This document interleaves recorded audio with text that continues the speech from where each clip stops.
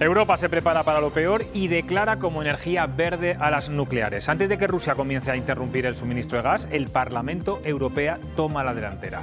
Una decisión que deja a nuestra comunidad en una situación compleja. El gobierno socialista decidió cerrar la central de Garoña hace 5 años y acaba de acabar también de forma precipitada con la minería. Nuestra comunidad hizo una transición rápida, es ahora líder en energías renovables y eso también nos puede penalizar ahora, ya que podrían reducirse las ayudas para este sector. Es lo que tiene imponer el criterio ideológico y político al científico. Aquí arranca Cuestión de Prioridades.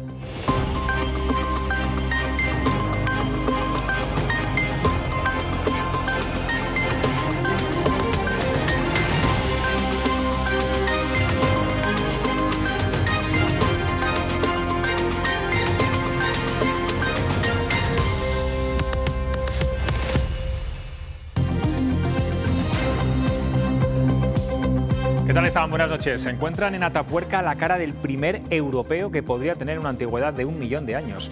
Está claro que este yacimiento es un pozo sin fondo en hallazgos. Mañana nos contarán los detalles de este descubrimiento.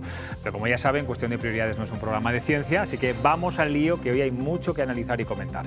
Boris Johnson dimite tras la presión de su partido por los numerosos escándalos que le persiguen. Le ha costado, se ha resistido, pero tras la cascada de dimisiones en las últimas horas de cargos gubernamentales no le ha quedado otra que marcharse de Downing Street. Hablaremos también de la decisión del Parlamento Europeo de declarar verde la energía nuclear, algo no compartido por el Gobierno de España, y también del importante encuentro del diálogo social el próximo lunes entre Mañueco, García Gallardo, los sindicatos y la patronal tras el anuncio de recortes en las subvenciones. Hoy se cumplen 20 años de la creación del Consejo de Cuentas de Castilla y León y por ello vamos a entrevistar a su presidente, a Mario Amilibia. Veremos a ver si las administraciones rinden o no cuentas a este órgano. Pero vamos a empezar por la noticia política internacional. La dimisión de Boris Johnson como primer ministro de Reino Unido. Se ha quedado sin gobierno en 48 horas y está claro que su partido le ha movido la silla. Rubén Cerribote, buenas noches. Buenas noches, José Luis. Lo que ha dicho, las primeras palabras tras ese anuncio de dimisión. Bueno, pues a la 1:30 de la tarde, hora española, Boris Johnson anunciaba que se iba. Lo hacía diciendo que la voluntad del Partido Conservador es clara y que tiene que haber otro líder y un nuevo primer ministro. Un discurso televisado y en el que Johnson ha mostrado energía y ha dejado entrever las presiones que ha recibido. Ha dicho que la manada es poderosa y que cuando se mueve, se mueve. Algo evidente tras la cascada o más bien catarata de dimisiones de los miembros de su gobierno. Estoy inmensamente orgulloso de los logros de este gobierno, desde concretar el Brexit hasta establecer nuestras relaciones con el continente durante más de medio siglo. En los últimos días traté de persuadir a mis colegas de que sería excéntrico cambiar de gobierno cuando estamos entregando tanto. Lamento no haber tenido éxito en esos argumentos y, por supuesto, es doloroso no poder ver esas ideas y proyectos. En política, nadie es remotamente indispensable. Sé que habrá muchas personas que se sientan aliviadas y quizás bastantes que también estarán decepcionadas. Y quiero que sepan lo triste que estoy por dejar el mejor trabajo del mundo. Bueno, va a ser muy interesante la relación que vaya a tener su sustituto o sustituta, el candidato que sea conservador de los Tories, con la Unión Europea. Eso nos interesa mucho a todos. Por cierto, hablando de la Unión Europea, el Parlamento Europeo ha declarado verde la energía nuclear. Y fíjate, Ruth, ahora que ya no contamos con Garoña. Sí, el Parlamento Europeo ayer sacó adelante una clasificación de energías verdes en la que se incluye al gas y a la energía nuclear con 278 votos a favor, 238 en contra y 33 abstenciones. Ahora la siguiente parada va a ser el Consejo de la Unión Europea. No se aprobará si 20 de los 27 países votan en contra, es decir, el 72%. La opción de que sea vetada es poco probable, con lo que la nueva clasificación entrará en vigor el 1 de enero de 2023. Además, la taxonomía verde no obliga a nada a los Estados miembros, que seguirán teniendo la capacidad de decisión sobre su apuesta energética. Pero hay un punto importante, porque tanto la energía nuclear como el gas recibirán los beneficios que se aplican a la energía solar y a la eólica. Ya hay varios países que han mostrado su desacuerdo. Luxemburgo, Austria y Dinamarca recurrirán al Tribunal Europeo de Justicia. España y Alemania también se oponen a esta clasificación. No hay tanto que se oponen. Hoy hemos escuchado a la ministra de Transición Ecológica rechazar directamente y criticar muy duramente esta decisión del Parlamento Europeo. Sí, no está de acuerdo Teresa Ribera y la ha criticado duramente la decisión. Teresa Ribera asegura que ni la nuclear ni el gas son soluciones para paliar la situación energética que se vive actualmente. Ha sido muy clara, escuchen. Nosotros no compartimos, creemos que el gas natural, la energía nuclear, lógicamente son soluciones de transición con las que vamos a seguir conviviendo, pero eso no significa que sean verdes. Nos parece desafortunado el acto delegado de la Comisión, evidentemente respetamos el voto del Pleno del Parlamento, pero nos parece que al final es dar por verde lo que no es. Bueno, desde la Junta de Castilla y León se recuerda que somos líderes en energías renovables, pero lamentan ese cierre precipitado, sobre todo de la minería. Sí, lo dijo ayer el portavoz de la Junta, que se ha mostrado a favor de la decisión del Parlamento Europeo. Espera Carriedo que se mantengan las centrales nucleares todavía operativas en nuestro país. Defiende que no emiten CO2, que contribuyen a la lucha contra el cambio climático y que actualmente son imprescindibles. Más del 90% de nuestra producción es de energías renovables. En la Unión Europea solo Noruega tiene un porcentaje mayor que el nuestro, pero eso no quita para reconocer que fue un error el cierre precipitado de minas térmicas y nuclear. Y sobre esta cuestión hemos preguntado hoy en Twitter. Vamos a ver la pregunta. ¿Cree que hay que volver a apostar por la energía nuclear? Bueno, pues una amplia mayoría opina que sí. El 70% está de acuerdo en apoyar la energía nuclear. Se nota que hemos sido una comunidad con energía nuclear y con muchas minas. Gracias, Ruth. Bueno, antes de hablar de este asunto, vamos a ir con la noticia internacional del día, que es esa dimisión de Boris Johnson. Me he quedado en blanco. Fernando. Sí, Fernando, que me he quedado, en fin, bueno, estoy muy cansado ya, muchos días. Todos necesitamos vacaciones. Sí, vacaciones. Creo que estás pensando en la playa. Ahora seguimos, Margarita Mayoral, Roberto Mallado. Voy a por ti, ahora sí. Se habla mucho, por cierto, del deterioro de la política española, pero claro, tenemos el ejemplo británico que le va a la zaga. Estamos hablando de que Boris Johnson dimite por varios escándalos. Ahí está el Partygate. Ese escándalo también de abusos sexuales de un colaborador muy cercano a él. ¿Qué te parece esta dimisión? Bueno, yo creo que era una dimisión que se veía venir. Lo que sorprende es que no se haya producido antes. Pero yo particularmente creo que no debe estar exclusivamente asociada a los escándalos, a las juergas durante la pandemia. Yo creo que la gestión de Boris Johnson en los 3 años últimos ha sido un desastre. Un desastre porque así lo reconocen los británicos. Basta simplemente echar un vistazo a los medios de comunicación y a los grandes rotativos londinenses para darse cuenta de que había un alto nivel de insatisfacción. Sorprende que esto ocurra en el caso de un individuo que ha sido 2 veces alcalde de la ciudad de Londres, cuando Londres siempre ha estado gobernada por los laboristas, que consiguió mayoría absoluta en las primeras elecciones a las que se presentó, algo que solamente había conseguido Margaret Thatcher, pero yo lo asociaría a 3 aspectos. Fundamentalmente al engaño que ha supuesto para la sociedad británica el argumentario que Boris Johnson utilizó para justificar la salida de la Unión Europea.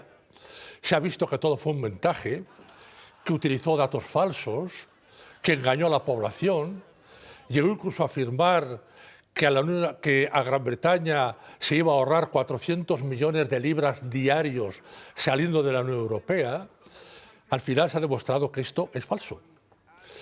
En segundo lugar, la Unión Europea, con todas sus limitaciones y sus contradicciones, es una estructura muy potente, muy consolidada desde el punto de vista del intercambio comercial. Desde el primer momento se observaron serios problemas en el tráfico de mercancías entre la Unión Europea y el Reino Unido, lo que llevó a una asociación de empresarios británicos a calificar el Brexit como un desastre. Y luego, en tercer lugar, el problema con Irlanda.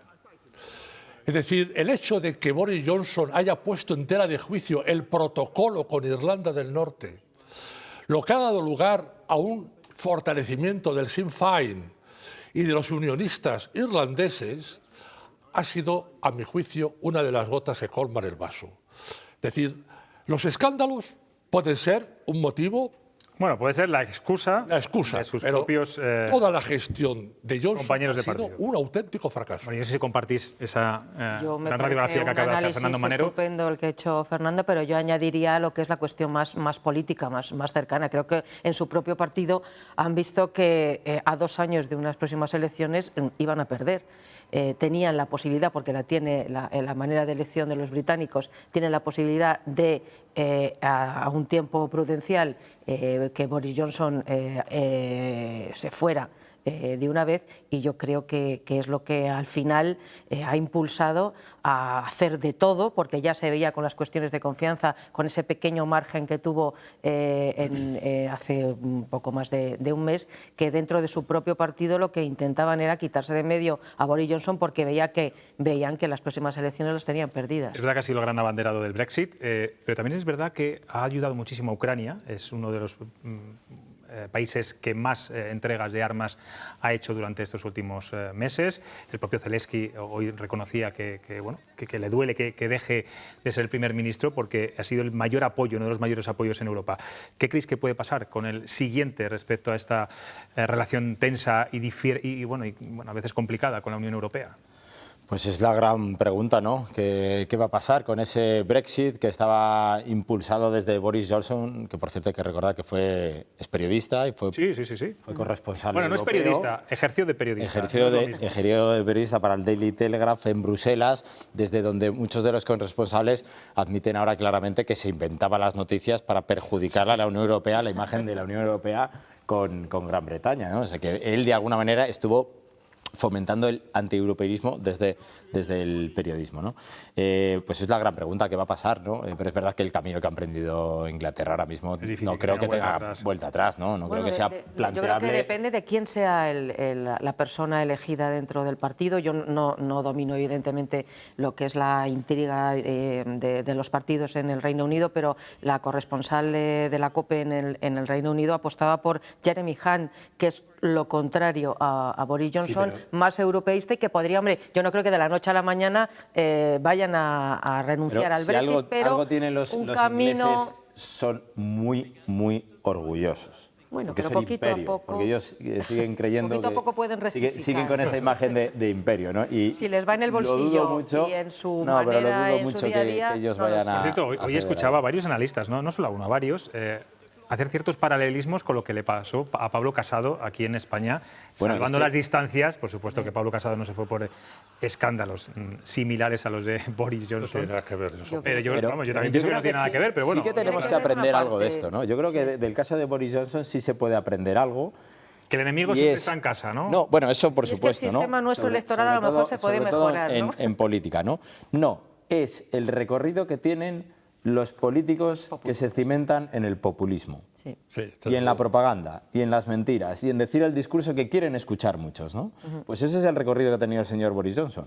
Sí, que al final, yo estoy cuando ha tenido que completamente gestionar, se le ha visto la verdadera cara y ha visto que no tiene competencias, que no es competente para poder gestionar, y además, bueno, pues esto le sumas el Partygate, los escándalos y tal, y eso mira que a los ingleses les gustan los escándalos, pero y claro... luego lo del Brexit, los británicos serán como son, muy suyos, pero también valoran la gestión, y si este tipo de gestiones no funciona, yo creo que un hizo una mala gestión en la pandemia. No en la pandemia, me estoy refiriendo al caso del Brexit en concreto. Y la guerra de Ucrania, como tú decías, tampoco, de hecho, el ministro de Defensa no sabemos está todavía, muy posicionado. no tenemos constancia de la opinión verificada del pueblo británico. Esto ha sido un tema de partido.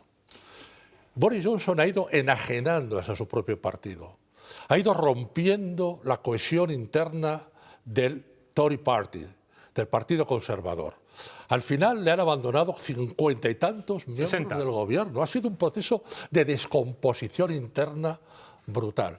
Y yo no puedo omitir un recuerdo de Boris Johnson. Su despedida de España y de la Unión Europea, yo la asocio a la contemplación del cuadro de Felipe II, de Tiziano, en el Museo del Prado, con motivo de la cumbre de la OTAN. Fue impresionante. Maravillosa esa foto. Felipe II, que fue de rey de Inglaterra. Premonitoria. Fue premonitoria esa fotografía, ¿no? Porque él se muestra en soledad. Se tocó allí con la historia. Ese fue solo, caminando solo. Algo barruntado. En cuanto a los paralelismos, puede haberlo en cuanto al líder de un partido, pero aquí estamos hablando de un primer ministro. Yo creo que no sé. Bueno, y sí que puede ser en también. la cama en tu propio partido. Bueno, eso. Fernando, tú que eres muy europeísta, llevas ahí un pin, además de la Unión Europea, si no me equivoco. Vamos a hablar de lo que ocurrió ayer en el Parlamento Europeo, que se aprobó declarar energía verde a las nucleares y al gas. Bueno, Europa parece que ya va viendo lo que nos viene encima, pero claro, a Castilla y León esto nos deja en una situación un poco compleja, ¿no? Hace un año no hablábamos de esto. Hace un año no hablábamos de aumento de gasto militar. Hace un año todos asumíamos que la energía nuclear era una energía con problemas, sobre todo por los vertidos y los residuos que genera. Las minas de carbón estaban cerradas. El gas dependía de Rusia en un 45%. La guerra lo trastoca todo. La guerra lo conmociona todo. La guerra es la gran catástrofe que convulsiona los cimientos de una sociedad y hace que las convicciones, las estrategias, las ideas que creíamos consolidadas queden modificadas. ¿Qué ha pasado? Pues estamos en una situación de guerra. No estamos en una situación de emergencia, una situación de guerra. Las declaraciones de Ursula von der Leyen el otro día, una mujer más bien sosegada y de modales más bien pacíficos, llamaron a la alarma. Nos van a cortar el gas antes del invierno. El pulso que preveíamos se está produciendo. Rusia depende de la venta de su gas y de su petróleo a la Unión Europea. Depende. Nadie le va a comprar a Rusia ese gas si Europa reduce la dependencia energética de Rusia. Y por traerlo aquí a Castilla y León, nos hemos quedado sin térmicas, sin centrales nucleares, sin minas. Somos líderes en energías renovables, pero es verdad que ahora, como contaba antes Ruth, las ayudas también se van a distribuir entre las nucleares, entre el gas, en fin. Podemos perder ayudas por las energías alternativas, nos hemos quedado sin las nucleares, en fin, estamos entre Pinto y Valdemoro. Da la sensación de que vamos a contracorriente, ocurra lo que ocurra. Bueno, ¿no? nos han llevado a eso. Sí, ¿no? sí, efectivamente, no es que vamos voluntariamente, sino que pues nos derivan hacia ello, ¿no? Sí, es verdad. Mira, hace un rato estaba viendo un vídeo, porque ha estado el vicepresidente de la Junta, Juan García Gallardo, de Vox, ha estado en la central térmica de Velilla, de quema de carbón, y daba la sensación de lo que estaba diciendo es que quería reabrir las minas. Bueno, pues si eso es lo que quieren, pero no que digan cómo. No será fácil, eso es lo que... No, pues que digan cómo y que digan... porque hay que recordar que se ha comenzado un proceso de desmantelamiento que es muy irreversible, que también tiene un coste. Y nos digamos con las centrales térmicas, ¿no? Como Compostilla, donde por cierto además hoy han tenido viendo tal y como está la situación. No digo que no, pero lo que tiene que decir también es cómo, ¿no? O sea, las cosas no se tienen que quedar tan solo en intenciones, sino también más bien en proyectos, en realidades, ¿no? Si se quiere hacer, pues se puede hacer. También te digo una cosa, el cambio climático no va a frenar porque nosotros hagamos o dejemos de hacer. Es decir, si retomamos la emisión de CO2 a la atmósfera, esto se va a acelerar, esto va a ser así, supongo, ¿no? ¿Tú ves viable esa vuelta atrás, Margarita? Yo es que lo que creo que ha habido un error de cálculo brutal en el momento en el que se decidió que había que cerrarlo todo y apostar por las renovables. Creo que tenía que haber sido un cambio progresivo. Y ahí yo creo la transición tranquila, no de repente cerrar las minas, cerrar las centrales nucleares y quedarnos solo con el tema de las renovables, que yo apuesto por ello y creo que cualquiera apostará por ello. Pero el error de cálculo es hacer esa transición tan brutal en el que una decisión política. Entonces, ¿qué ha pasado? Que Francia tiene sus centrales nucleares, Alemania con el corte de gas de Rusia han forzado esta declaración que yo en este caso sí que puedo compartir que se va a decir que es verde lo que no lo es, pero es pragmático. Ahora mismo, y como decía Fernando, la guerra lo trastoca todo y habrá que tomar alguna solución para no depender de Rusia y para seguir sobreviviendo. Otra cosa es que, como ya anunciaban, haya que poner el termostato el próximo invierno un poquito más bajo y ya además la propia ministra ha anunciado que el 11 de julio, que está ahí al lado, va a haber un parón en uno de los gasoductos para repararlo. Yo no sé lo que durará esa ¿Quién nos lo iba a decir? Que la energía nuclear pasará de ese color grisáceo, ¿no?, a considerarla verde. Bueno, vamos a abordar ahora otros asuntos, otros temas políticos. Hoy, tras el Consejo de Gobierno, le han preguntado al portavoz de la Junta por la presencia de Juan García Gallardo en la reunión del diálogo social del próximo lunes. Carriedo espera que en esta reunión se dé continuidad a los acuerdos ya aprobados y se creen nuevas mesas de trabajo para pactos futuros. Ruth ha defendido con normalidad la presencia del vicepresidente de Vox en esa reunión. Eso es. Además, ha desvelado que la asistencia del vicepresidente también estaba confirmada para el 29 de junio, aunque no pudo celebrarse por el positivo en COVID del presidente. Insiste Carriedo que hay que verlo con normalidad y que lo importante es que acuden con voluntad de acuerdo. Hay que verlo dentro de la normalidad, de la naturalidad. Lógicamente es una reunión entre tres partes y la Junta de Castilla y León va a asistir y va a asistir con ese ánimo de llegar a acuerdos, y es bueno, lógicamente, que esté al máximo nivel, que es el presidente de la Junta de Castilla y León, pero también es bueno que pueda haber personas que acompañen en esa reunión y que representan también, sin lugar a dudas, la Junta de Castilla y León. Sería oportuno que fuéramos capaces de alcanzar acuerdos tripartitos para ir abordando estas circunstancias, estas necesidades.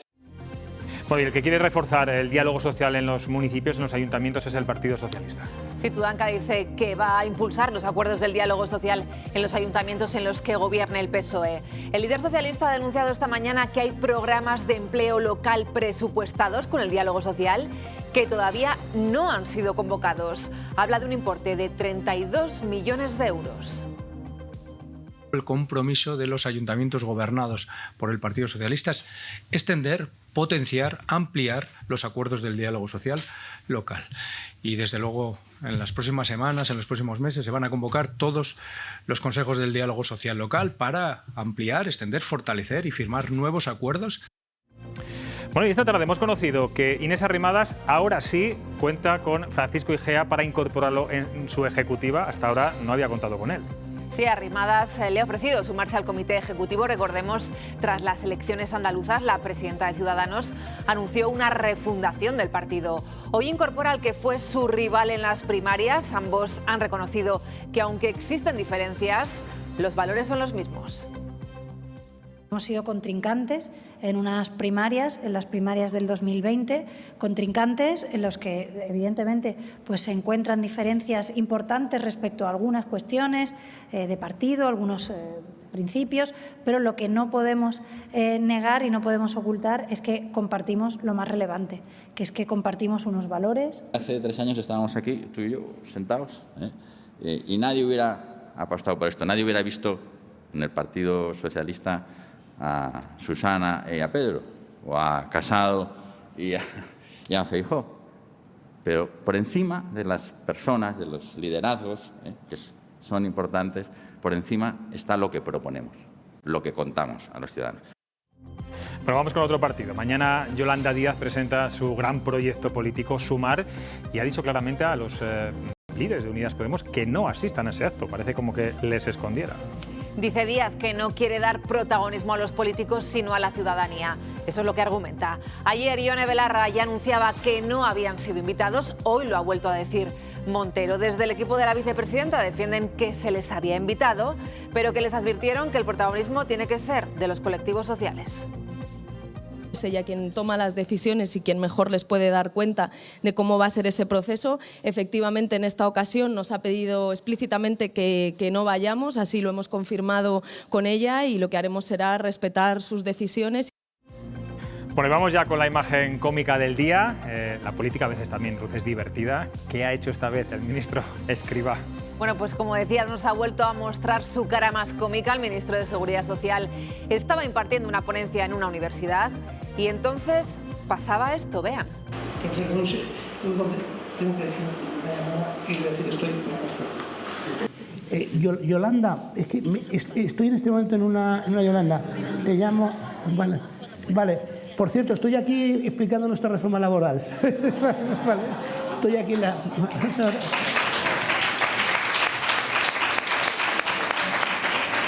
Te están aplaudiendo, Yolanda, te están aplaudiendo. Vale, hablamos en un rato. Perdón, esto no estaba preparado. Entonces... Bueno, no es la primera vez que el ministro Escrivá nos regala un momentazo como este. Vamos a recordar el momento vaso de agua. Sí, esa fue otra de las actuaciones estelares del ministro. Ocurrió en el mes de octubre del año pasado. Y en esta ocasión los protagonistas fueron Escrivá, un vaso de agua y un atril. El punto de partida. El punto de partida no es un punto de partida. Ah, esto no es. Pues bueno, me parecía complejo. Ahora tengo problemas.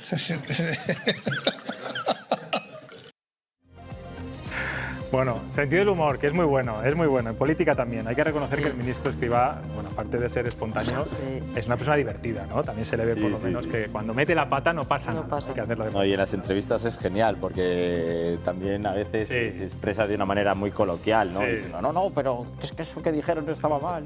Bueno, hay que dejar de ser tan impostado a veces. En política, que es todo como muy encorsetado. Bueno, vamos a hablar de la reunión del próximo lunes en el diálogo social.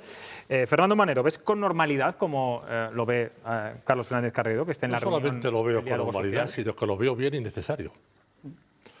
Yo creo que en el contexto en el que estamos viviendo ahora en Europa y en el mundo, todo lo que sea diálogo, consenso, acuerdos, cesiones por ambas partes, en aras de un compromiso que beneficie al conjunto de la sociedad, siempre es positivo. Yo creo que la presencia del vicepresidente es necesaria. Es necesaria no solo porque es vicepresidente, sino porque también es una oportunidad para que conozca de cerca la opinión de los sindicatos, que a lo mejor no la conoce suficientemente.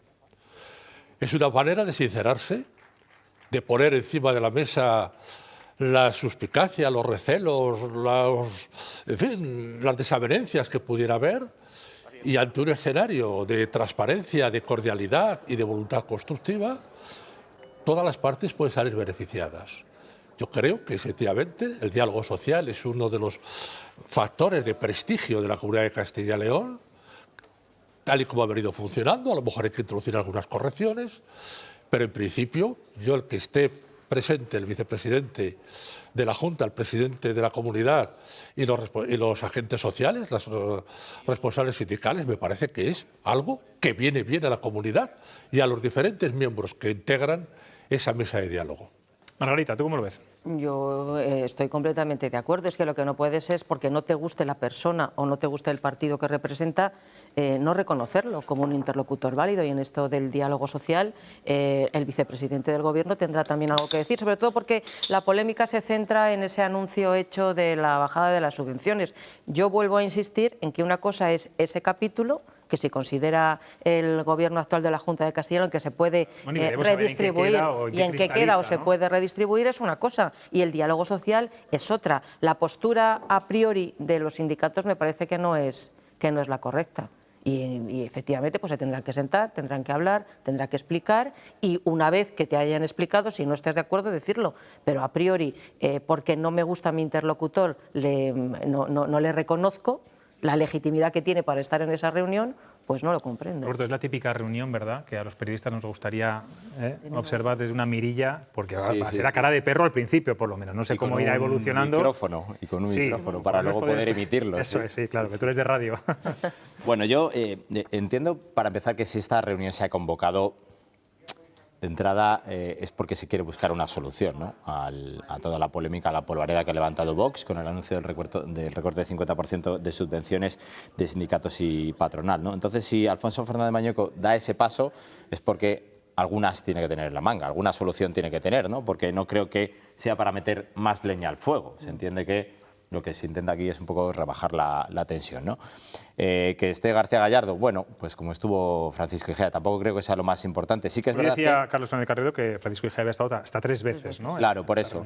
Y yo creo que así también lo que se pueden evitar son lecturas posteriores a la reunión, ¿no? Si todos están dentro, pues todos pueden sacar unas conclusiones, todos han escuchado lo que se ha dicho allí y luego, bueno, cada uno pueda concluir lo que quiera, ¿no? Lo que yo no entiendo es que los sindicatos lo vean como una provocación, que es lo que se entiende de las declaraciones de los sindicatos. Bueno, es que los sindicatos de entrada van a ir con el cuchillo entre los dientes a esta reunión, porque ellos ven amenazado el status quo que les ha permitido estar en una posición, entre comillas, de privilegio en Castilla y León durante yo eso lo mucho matizaría, tiempo, ¿no? No sé, yo no me atrevería a hablar de situación de privilegio. Hablo de situación de privilegio porque Castilla y León, el diálogo social ha sido un intocable durante muchos años, ¿no? Igual que en otros territorios a lo mejor lo han gozado de esa placidez. El grado de revisión. De hecho, en el momento que le han tocado un poquito, han saltado. Yo creo que, bueno, vamos a recibir al presidente del Consejo de Cuentas y vamos a ver qué es eso de los gastos superfluos, si es que existen. Yo creo que en principio, los sindicatos son elementos esenciales en la estructura de representación de una comunidad compleja como la que tenemos, y entonces, bueno, todo es susceptible de revisión, por supuesto. Fernando, gastos superfluos los hay. Todos. Bueno, cientos. Pues vamos a ver. Los hay por cientos. Yo no sé solo en el seno del diálogo. A lo mejor los gastos superfluos no van solo por ahí, y hay otro tipo de gastos superfluos de los que no se habla.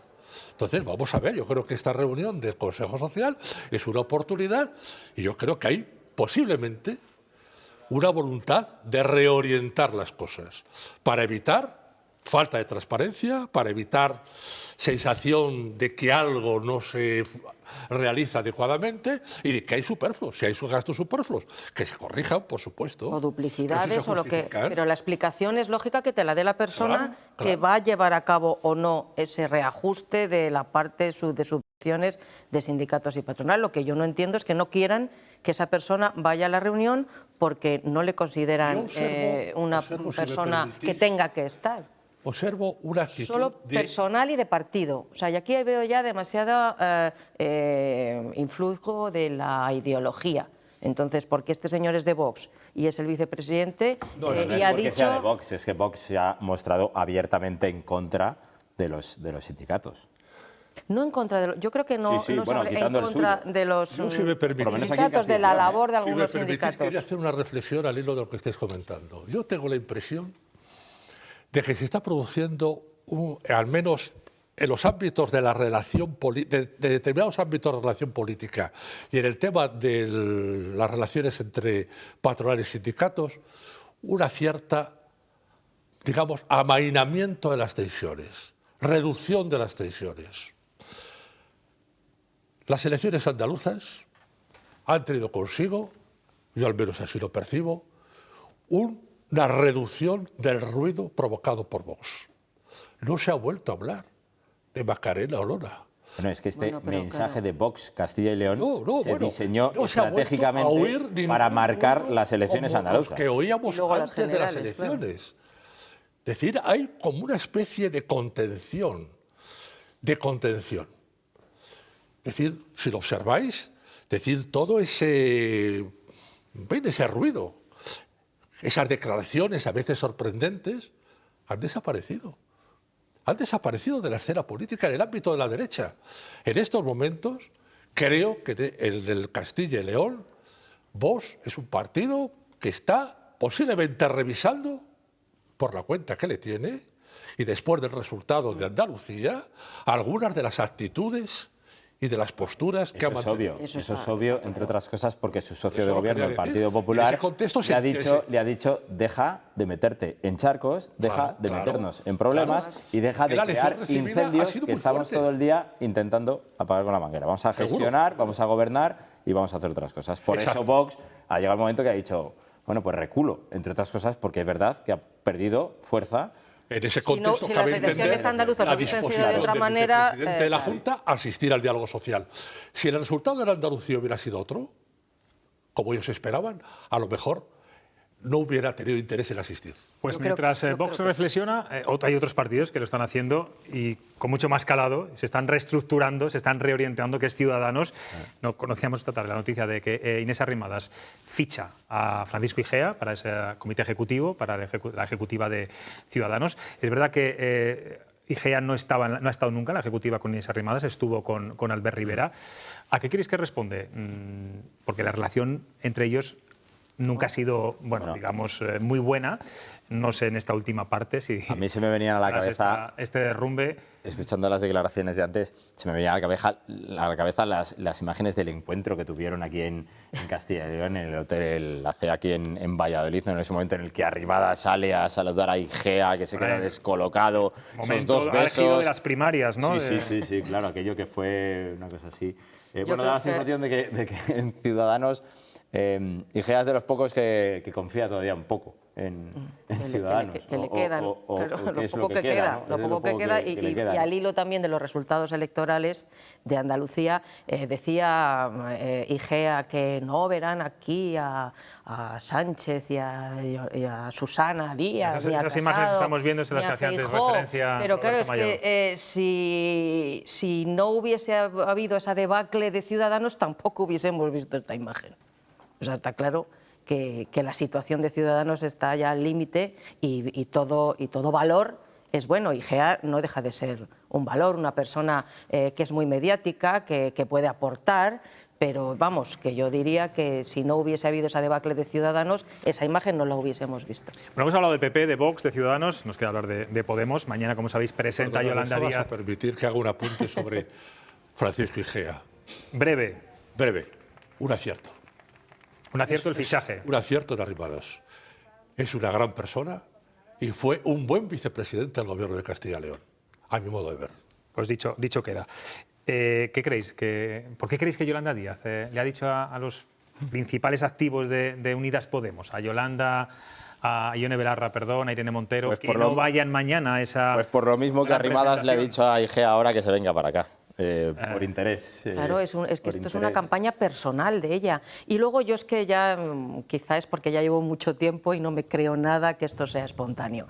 Ione Belarra no dice así como porque se me ha ocurrido ahora, no me ha invitado, sino quiere que se sepa que no me ha invitado y poner en un brete a Yolanda Díaz. O sea que a esto de sumar más bien va a restar y va a dividir. Le falta el multiplicar, que es lo que pretende ella de cara a otras elecciones, pero a mí me da que esto no surge así como hoy...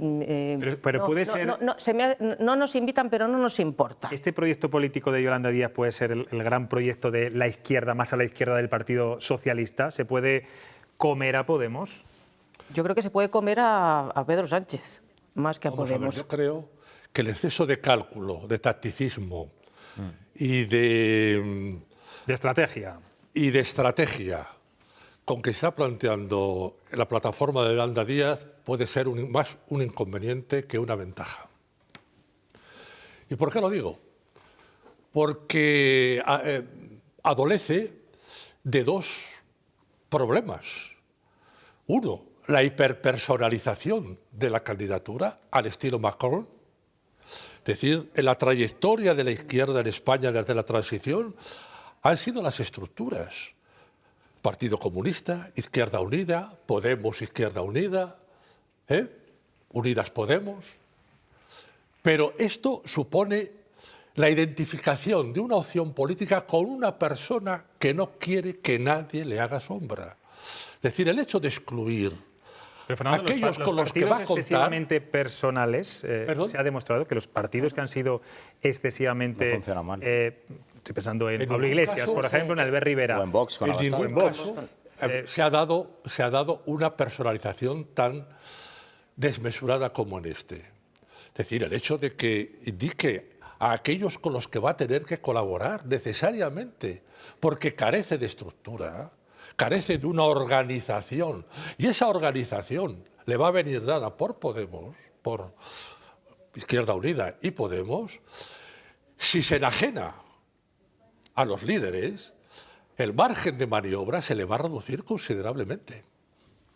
Bueno, al margen a mí tengo que decir que me aburre soberanamente el asunto ya de los partidos políticos y de sus luchas intestinas. ¿Y qué haces aquí? Y de sus luchas intestinas. Deja de ser una experiencia. Es que no ha empezado todavía el proyecto y ya estamos cansados de escuchar hablar de las divisiones, de los problemas. Pero hay unas elecciones municipales dentro de un año y hay que moverse, tiene que haber esas luchas intestinas, cainitas, como sabéis. Sí. Esto va a ser el pan nuestro de cada día. Claro, cómo pretende ella salvar su propio personaje, o sea, a la propia persona de de Yolanda Díaz. Ve que la mezcla que se ha hecho o la división que se ha hecho en Andalucía no va a funcionar y no ha aparecido por allí. Bueno, ahora veo que Podemos o hay una cierta división en el gobierno, a mí que no me identifiquen con esto. Yo creo que la política no puede funcionar si no es sobre la base de equipos bien organizados, consistentes y con espíritu de colaboración. Claro, porque es que más que sumar está restando y está de alguna forma cerrando la puerta a un electorado que es el de Podemos. Pero ¿qué lleva detrás Yolanda Díaz, aparte de Yolanda Díaz? Es que si tú quieres identificarla ni con Podemos, ni con Izquierda Unida, ni con los gallegos, o sea, al final es Yolanda Díaz. Sí, claro. Pues vamos a publicidad. A la vuelta vamos a entrevistar al presidente del Consejo de Cuentas, a Mario Amilibia. Se cumplen 20 años desde que se creó esta institución propia de la comunidad. Ahora volvemos.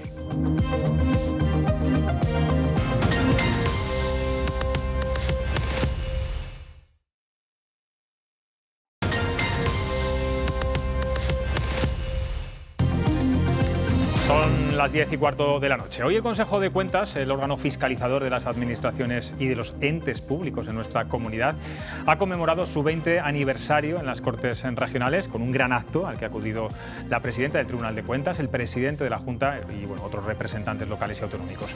2 décadas fiscalizando los contratos y el presupuesto de la Junta y auditando a ayuntamientos, diputaciones y empresas públicas. Y fíjense qué cifras. Esta institución ha inspeccionado más de 15.000 millones de euros entre la Administración autonómica y los cerca de 5.000 entidades que conforman el sector público local. Está con nosotros su presidente, Mario Amilibia. ¿Qué tal? Buenas noches. Muy buenas noches. Enhorabuena. Muchas gracias. 20 años trabajando, además de forma discreta, callada, sin hacer mucho ruido. Para que los espectadores lo sepan, ¿qué es lo que hace el Consejo de Cuentas? ¿Qué ha ganado un castellano y leonés teniendo un Consejo de Cuentas en la comunidad? Bueno, pues tenemos quizá una foto fija, ¿no?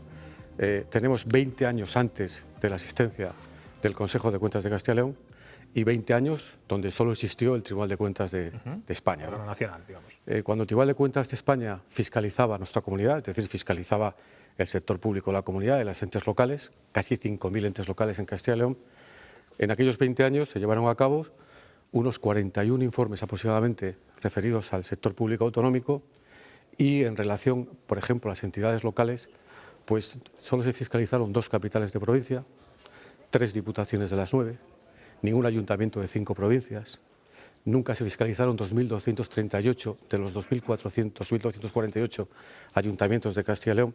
Es decir, ese antes y después, en colaboración con el Tribunal de Cuentas, porque somos una institución que actúa en colaboración con el Tribunal de Cuentas, han permitido que haya verdaderamente fiscalización en Castilla y León, tanto para los entes locales como para la Junta de Castilla y León, con más de 300 informes aprobados en estos últimos 20 años. Y son 15.000 millones de euros cada ejercicio. Cada ejercicio. Sí. Esta mañana, como decíamos, le ha acompañado el presidente de la Junta en ese acto. Vamos a escuchar unas declaraciones que ha dicho y luego las comentamos. Tomo nota de la valoración que se hacen de las posibles reformas normativas que por todas las instituciones propias se sugieren para reforzar vuestra autonomía, no solo la orgánica, también la funcional. Decía usted esta mañana, señora Amilibia, que es inaplazable una reforma normativa que impulse el funcionamiento de la institución.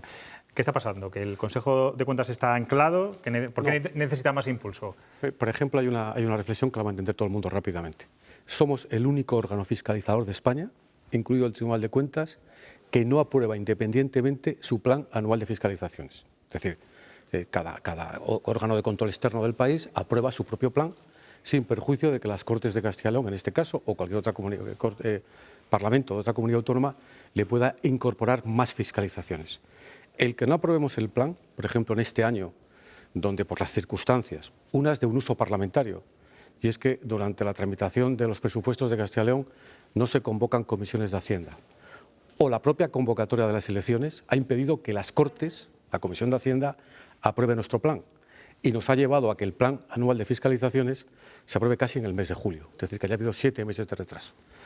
¿Eso ha ocurrido excepcionalmente? Pues no, porque en el 2017 al Consejo de Cuentas no se le aprobó el plan anual de fiscalizaciones y hubo un año, no podemos decir en vacío, pero que luego, lógicamente, hubo merma de actividad. Esa es una de las reivindicaciones que hacemos nosotros desde el punto de vista de la independencia y de la autonomía orgánica y funcional. Y luego otras 2 que yo creo que son muy importantes y las tiene todo el mundo. Estímulos a la rendición de cuentas, y eso que tenemos datos excelentes. Es decir, al día de hoy han rendido cuentas al Consejo de Cuentas de Castilla y León, pues casi aproximadamente el 90% de los ayuntamientos de Castilla y León y el 78% de las juntas vecinales. Pero solo nos superan aquellas comunidades autónomas que tienen lo que se llama estímulos a la rendición. Es decir, que están obligados, para recibir subvenciones, a rendir cuentas. Exactamente. Y si no, por ejemplo... Es el caso, creo que de Galicia, de Valencia, de Aragón. Efectivamente, y Aragón. Aquí ya se ha empezado. Es decir, hay una orden de la Consejería de Presidencia, iniciada en la época de Ángel Ibáñez, ratificada ahora por Jesús Julio Carnero, que vincula el cobro de pagos, concesiones y subvenciones del Fondo de Cooperación Económica General de la Junta de Castilla y León a la efectiva rendición de cuentas. Es decir, cuando hablamos de estas cosas y no se explican bien, me parece que nosotros somos una entidad exigente, que desde el punto de vista de la burocracia le exige a un ayuntamiento rendir cuentas, y no es así. Es decir, que cada uno, en este caso, piense si le parecería razonable que en su comunidad de vecinos el presidente y la junta directiva no rindieran cuenta a los vecinos sobre los gastos de la comunidad. Es decir, aquí es un deber democrático ante los propios ciudadanos, a los que tienen que rendir cuentas. Y no parece razonable, por ejemplo, que en estos últimos años pues haya habido una serie de ayuntamientos muy importantes, no muy importantes, pero sí relevantes, y algunas instituciones importantes que varios años consecutivos no rinden cuentas. Ahora es cuando me va a decir los nombres de esas instituciones para que lo sepan los ciudadanos. No, pero hay un canal que tenemos en la página web del Consejo, con un mapa de la comunidad autónoma, donde en tiempo real cualquiera puede saber quién ha rendido cuentas y quién no lo ha hecho. Usted le tiraba de las orejas no hace mucho a la Diputación de Ávila. No, era por otra cuestión. Era por el tema de la recaudación, pero tampoco era tirar de las orejas. Hicimos un informe sobre la recaudación en las diputaciones y le recomendábamos a la Diputación de Ávila, concretamente, que tenía unos órganos de colaboración que no podían asumir potestades públicas, porque eso puede generar, pues lógicamente, una nulidad de pleno derecho. Pero no era un tirón de orejas. En cualquier caso, son los ayuntamientos siempre los más remisos a rendir cuentas de todas las instituciones con las que trabajan. El problema realmente es en Castilla y León, que están las entidades locales menores. Piensa que nosotros tenemos el 2.248 ayuntamientos, que son el 28% de los ayuntamientos de España, y el 60% de las juntas vecinales. Es decir, si no tuvieran una colaboración expresa y fundamental de las diputaciones provinciales, sería imposible que rindieran cuentas en muchos casos. Usted ha dicho varias veces que el Consejo de Cuentas está dispuesto a asumir nuevas competencias, pero no a coste cero, sino con más recursos. ¿Cree que es el mejor momento para decirlo en estos momentos en el que Vox gobierna con el Partido Popular y es un partido que lo ha dicho claramente, que no cree en las instituciones propias, incluso que va a revisar los presupuestos de cada una de ellas? Yo, mi labor como presidente del Consejo de Cuentas no es ni defender su permanencia, ni autojustificar o justificar su continuidad.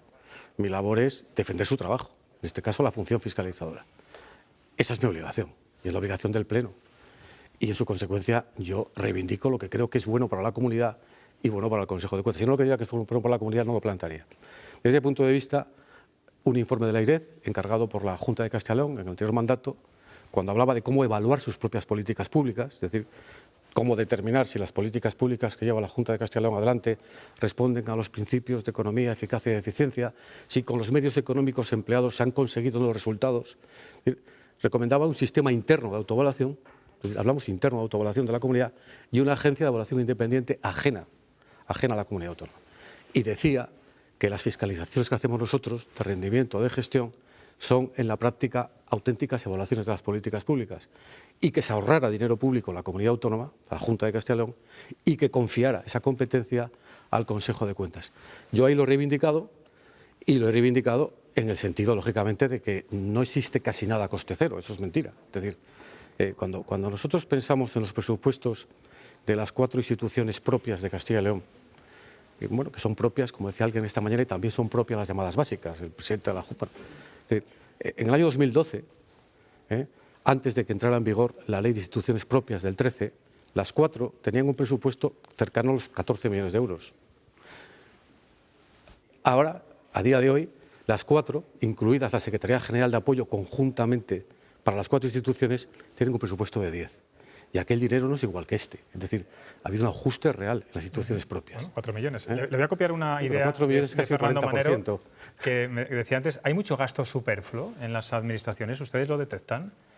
Bueno, nosotros hacemos informes donde exactamente los informes llamados operativos de rendimiento de gestión, que son fiscalizaciones operativas, lo que buscan es precisamente eso, es decir, si se están empleando bien los recursos públicos. Y no hace falta simplemente hacer fiscalizaciones de legalidad o económicas financieras que analizan la contabilidad pública. Por ejemplo, se le dice a la comunidad autónoma cómo debería gestionar la política de gasto farmacéutico de una manera más racional. Se le sugiere cómo deberían ser administrados o no los gastos no sanitarios de los hospitales públicos de la comunidad. Es decir, allí están nuestras recomendaciones. Y en ese sentido, pues tengo que decir que hemos hecho más de 2.200 recomendaciones. Y una buena noticia, yo creo que para todos, y especialmente para el Consejo de Cuentas, porque se refuerza su prestigio y su autoritas, es que el último año las recomendaciones fueron aceptadas en un 81% de los casos. Es decir, pero claro que se dice eso, no con esas palabras de si esto es superfluo, sino cómo se puede mejorar una gestión desde el punto de vista de su eficacia y de su eficiencia. ¿Y me va a decir alguna institución que no responda a esas recomendaciones que le hace? No, bueno, algunas aceptan y otras no aceptan. Yo creo que en general... ¿Hay alguna excesivamente desobediente, señora Melibia? O... No. Yo creo que en general, si estamos hablando de datos del 81%, cuando hay muchas recomendaciones que tampoco son tan fáciles de comprobar su aceptación o su cumplimiento, porque si a alguien se le dice que tiene que modificar determinada norma legislativa, a lo mejor no lo ha hecho, porque no ha podido, porque no ha tenido capacidad legislativa para hacerlo. Es decir, eso no significa que no lo acepte, pero sin embargo no la cumple. Yo no sé si el Consejo de Cuentas es un buen pulsómetro también para saber el estado de salud de las cuentas de las instituciones, si hay liquidez, si no hay liquidez. ¿Está notando ya la crisis económica? Yo no sé si teme que, como ya ocurría en la crisis de 2009, podemos llegar a ver ayuntamientos en bancarrota. Lo que se percibe clarísimamente, los ayuntamientos están bastante saneados. Es decir, este año han aumentado levemente su deuda pública. Pero cuando uno ve las cuentas de los ayuntamientos, más del 99% han tenido este año remanentes de tesorería para gastos generales positivos. Es decir, han tenido superávit. Han tenido un resultado presupuestario positivo. Es decir, han reducido la deuda financiera. Tienen liquidez en los bancos, que supera claramente la deuda financiera, en conjunto del municipalismo de Castilla y León. Esos son los datos del municipalismo en Castilla y León. Hasta el punto que podemos decir que hoy los ayuntamientos no son el problema, lo fueron en otro momento. Pero los ayuntamientos no son el problema. Vamos a analizar, por ejemplo, qué repercusión ha tenido la sentencia sobre el impuesto de plusvalía. Vamos a analizar también en unos informes que se van a aprobar pronto en Soria en este mes, cuáles han sido los esfuerzos económicos que ha llevado cada ayuntamiento en relación con el COVID. Es decir, eso se cuantifica. No solamente cuando vemos las terrazas que se han suprimido, que se han ofrecido, tienen un coste económico para los ayuntamientos. Cuando se han dejado de cobrar determinados precios públicos, es decir, vamos a cuantificarlo. Pero hoy los ayuntamientos no son el problema económico de ninguna administración, todo lo contrario. Todas llevan todos, grandes, pequeños y medianos, llevan años mejorando su situación, de una manera ostensible. Se va a renovar las presidencias de los órganos de autogobierno, del Consejo de Cuentas, del Consejo Consultivo. Yo no sé si usted quiere seguir. Se lo digo porque usted tiene una carrera política muy dilatada. Ha sido procurador en Cortes, ha sido alcalde de León, ha sido diputado, senador. ¿Le volvería a gustar volver a la primera fila de la política, dejar lo institucional para bregarse de nuevo en todo esto? Cada día tiene su afán, como decía aquel. Yo estoy en este momento muy cómodo en la función que me corresponde. Es cierto que se van a renovar las instituciones, o en principio van venciendo los mandatos, que no significa que se van a renovar inmediatamente. Primero renovará el Procurador Común, que si no me equivoco es aproximadamente en el mes de noviembre cuando vence su mandato. Después vienen el Consultivo y el Consejo de Cuentas, que fuimos renovados conjuntamente en el mes de febrero, enero de hace 4 años. Y finalmente vendrá el Consejo Económico y Social. Y ahí, lógicamente, los grupos harán su propuesta, que fundamentalmente yo creo que ahí tiene que primar el consenso y el acuerdo. El consenso y el acuerdo en Castilla y León. Es decir, una de las satisfacciones que tengo yo es que tanto cuando estuve en el Consejo Consultivo como ahora en el Consejo de Cuentas he tenido la conformidad y el acuerdo de los grupos políticos. Es decir, es muy difícil asumir una función de este tipo en la que tienes que ser independiente, porque tienes que ser independiente, es decir, si no tienes el beneplácito, el consenso de las fuerzas políticas. Y a partir de ahí, pues todo se andará, ¿no? O sea, no echa de menos la política del día a día, digamos, la más directa. No, yo creo que cada día, te repito, cada día tiene su afán, no es que eche la política en falta o no la eche la política en falta, es decir, todos somos políticos, a todos nos inquieta la vida pública, bueno, pero yo creo que cada momento tiene su circunstancia. Yo ahora creo que estoy en la vida política institucional y la verdad es que no me planteo otra hipótesis. Tengo aquí a 3 tertulianos que también le van a preguntar. Roberto. Sí, ¿qué tal? Buenas noches. Yo quería preguntarle, antes hablábamos del diálogo social, quería preguntarle si ustedes también fiscalizan, si controlan el dinero que se gasta en el diálogo social y si es así, si han encontrado algún tipo de irregularidades, ya que quieren cambiarlo porque dicen que pasan cosas, ¿se han encontrado ustedes algo? Hombre, el primer argumento, nosotros no fiscalizamos el diálogo social. Es decir, las ayudas que se entregan a los sindicatos y al diálogo social. Ya lo había entendido. Pero quiero decir, a mí el diálogo social me parece importantísimo. Me parece que es una seña de identidad de Castilla y León y me parece que es una de las fortalezas que ha tenido nuestra comunidad autónoma. Luego, si me preguntas como presidente de una institución y como una persona que tengo cierta experiencia en la vida pública, siempre defendería el diálogo social. Y si tiene un coste económico, pues evidentemente tendrá un coste económico. Pero lo importante para esta comunidad es tener diálogo social. Mucho más si estamos abocados, como parece inevitable, a una crisis económica.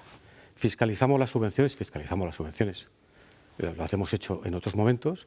Incluso hemos dicho alguna cosa en algún informe, ¿no?, sobre subvenciones directas, subvenciones nominativas, subvenciones en concurrencia no competitiva. Es decir, ahí hay informes del Consejo de Cuentas. ¿Y detecta un exceso de subvenciones a los sindicatos y a la patronal? Porque una cosa es la discrecionalidad que le corresponde al que ejerce legítimamente la comunidad autónoma para determinar cuál debe ser el importe de las subvenciones, y otra cosa es si la subvención se ajusta o no al ordenamiento jurídico, que es lo que tendría que entrar el Consejo de Cuentas, no decir que a usted me parece que se gasta mucho. Ya. Yo creo que básicamente Castilla y León siempre se ha caracterizado desde el principio, y así lo pienso y así lo creo, por políticas de austeridad, y también en el diálogo social. Y creo que los sindicatos cumplen una función de carácter, como los empresarios, las asociaciones patronales, una función de carácter constitucional, que es muy importante, y que haya paz social y que haya entendimiento entre los...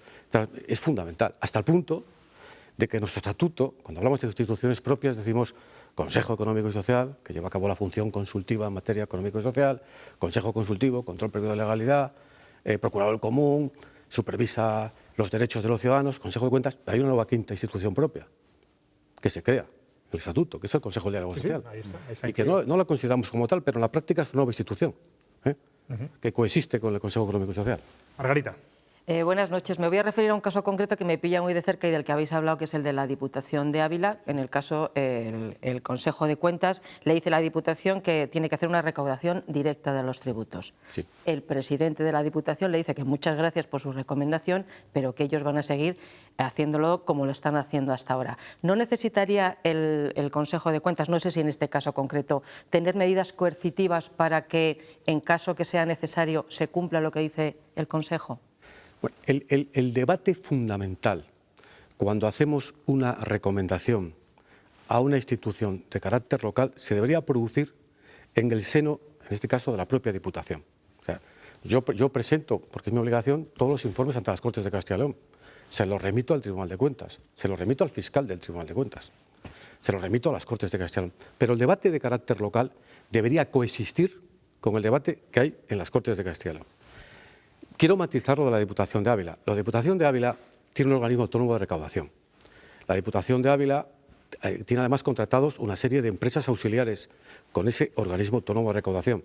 Y lo que dice ese informe es simplemente lo siguiente, que esas empresas auxiliares no lleven a cabo potestades públicas que solo puede llevar a cabo el organismo autónomo de recaudación o la propia Diputación, si tuviera un servicio de recaudación público. Es decir, no le estamos recomendando que lo haga directamente, sino que lo haga de acuerdo con el ordenamiento jurídico.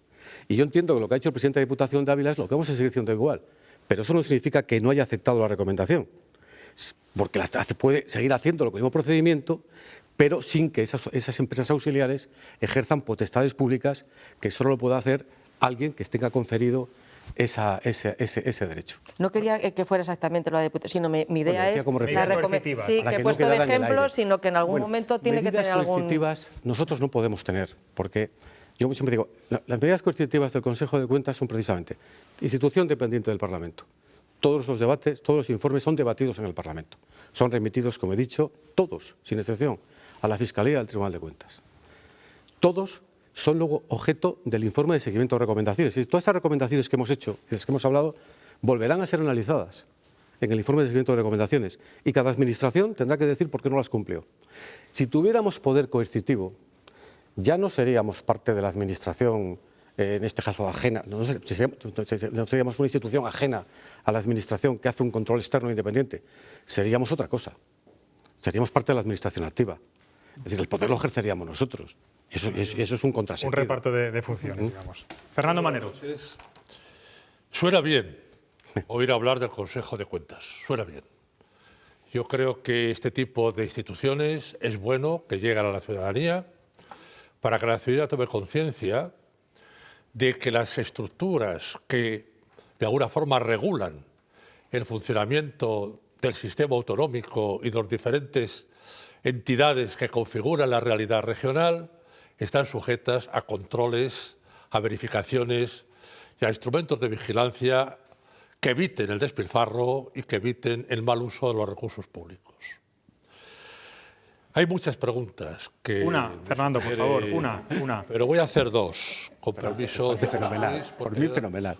Es que ya no me respetan. Es decir, tenemos la estructura administrativa más atomizada de Europa. Sí. No hay en la Unión Europea una región con tantas unidades administrativas de carácter local, ninguna. Esto supone un desafío, por supuesto. Sí. En la realización de las no sé, auditorías o verificaciones, ¿qué tipo de ayuntamientos son los que priman? ¿Qué papel tienen los pequeños municipios? ¿Sí? Segunda. Sí. Usted muy rápida, habló Fernando, otro día por favor, muy rápida. de las brechas de ciberseguridad Sí. de los ayuntamientos. Habló en las Cortes. ¿Qué pasa con ese tema? La primera reflexión. Tenemos 2.248 ayuntamientos, más de 2.000 juntas vecinales, 180 organismos autonómicos, municipales, de otro consorcios, etc. ¿Generan un coste público los ayuntamientos en Castilla y León? Realmente no. Realmente no. O sea, la mayoría de esos pequeños municipios que todos conocemos y de esas pequeñas juntas vecinales que todos conocemos están presididas, dirigidas, conformadas por concejales que actúan de una manera totalmente desinteresada. Y a veces no lo reivindicamos. Un amigo mío dice que eso es una especie de voluntariado cívico. Y lo es, y lo es. Es decir, ese no es el problema del municipalismo en Castilla y León. Eso demuestra la fuerte estructura democrática que caracteriza nuestra tierra y también la defensa que hacemos de nuestro pequeño territorio. Y tiene mucho que ver con la expansión de los viejos reinos, la creación de Castilla y León, cómo el territorio se vinculaba a su defensa, etcétera, etcétera. Por tanto, ahí no está el problema. Desde nuestro punto de vista, ¿qué es grave? ¿Cuándo es grave que alguien nos rinda cuentas? Cuando goza de los medios técnicos suficientes para hacerlo. Cuando tiene, lógicamente, medios materiales y personales, secretario, interventor, etcétera, etcétera. Bueno, eso es lo grave. Y luego las diputaciones provinciales, que alguien las discutió en su día, que en esta comunidad autónoma son fundamentales, porque son realmente ayuntamiento de ayuntamientos. Y son las que, con determinados programas y convenios, permiten que se presten cuentas por ese pequeño municipalismo. Pero que hay que reivindicar, se asumen las responsabilidades sin ninguna ventaja, sin ningún tipo de compensación económica. Y encima nosotros, bueno, les exigimos, como es natural, y les hacemos responsables. La ciberseguridad sí ha sido objeto ahora de un análisis específico en 7 ayuntamientos de Castilla y León, entre 10.000 y 20.000 habitantes. El grado de madurez se evaluaba entre 0 y 3 y hasta 80. El ayuntamiento que más seguridad tuvo tenía 49, el que menos 4, y en ese otro correlato de madurez de 0 a 3, todos estaban en el 0 o en el 1. Un gran déficit. Una Eso cosa es lo que está ocurriendo. Muy rápida, presidente. Le preguntaba también al presidente del Consultivo en este programa hace unas semanas la misma pregunta. Ustedes están en Palencia, el Consejo de Cuentas está en Palencia, se habla mucho ahora de la descentralización de los órganos, de las instituciones. ¿Es operativo que esté en una capital fuera de Valladolid? ¿Hay que defender este tipo de descentralización? Evidentemente sí. O sea, tanto el Procurador Común en León como el Consejo Consultivo en Zamora, como el Consejo de Cuentas en Palencia, están realizando sus funciones sin ningún tipo de problema. Por lo tanto, ¿por qué no pueden estar descentralizadas? Es decir, además eso crea, yo creo, cierto apego a la comunidad autónoma, a identidad de la comunidad autónoma. Yo creo que la descentralización siempre es positiva, la descentralización política y la descentralización administrativa. Fundamentalmente en la época que estamos del Internet, ¿no? Que nos damos cuenta que a veces, sobre todo, cuando hablamos de descentralización, pensamos solamente en la política. Pero hoy todo lo que se pueda, se tenga y se deba hacer en un determinado territorio, tiene que hacerlo, ¿por qué hacerlo en otro? Está claro. Digo yo. Pues Mario Meribia, enhorabuena por esos 20 años. Quiero hacer un pequeño homenaje, un pequeño recordatorio también a Pedro Martín, que fue el primer presidente del Consejo de Cuentas, al que además yo tenía mucho aprecio y que falleció hace muy poco. Mucha suerte y bueno, estaremos muy pendientes a ver qué pasa con esa renovación y quién va a ser el presidente. Pues muchísimas gracias. Creo que tiene muchas papeletas. Bueno, ha sido un placer. Gracias. Buen verano, Fernando, Margarita, Roberto. Igualmente. Me voy a hablar como siempre, todos los jueves, un poquito con Chema Nieto, a nuestro rincón favorito.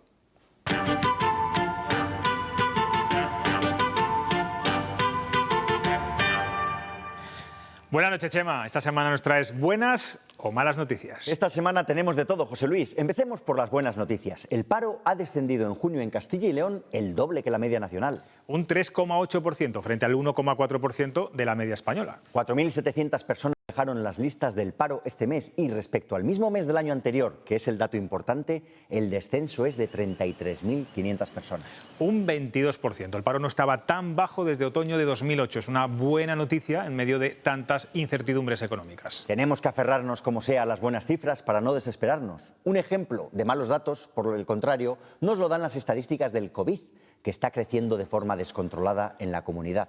Un 88% en 2 semanas. 10.186 casos nuevos llevamos esta semana. El que se ha recuperado, por cierto, es el presidente Alfonso Fernández Mañueco, quien ha anunciado que retoma su agenda política y ha convocado el Consejo de Diálogo Social para el 11 de julio. Más dolores de cabeza le esperan al presidente en esa reunión que pasando el COVID. No te quepa duda, habrá que ver con qué cara le reciben los sindicatos y la patronal después del anunciado recorte de 22 millones de euros y con la presencia en la reunión del vicepresidente García Gallardo. Y de un político en dificultades pasamos a otro que tampoco se rinde. Luis Tudanca ha anunciado que se queda, con amplio despliegue de formas verbales. Me quedo, me quedé y me quedaré. Empezó por me quedo. Presente de indicativo. Me quedé. Pretérito perfecto simple. Y me quedaré. Futuro imperfecto. Eso es lo malo, que el futuro es imperfecto. Falta que le digan quédate. Imperativo. Sin ese mandato no se quedaría.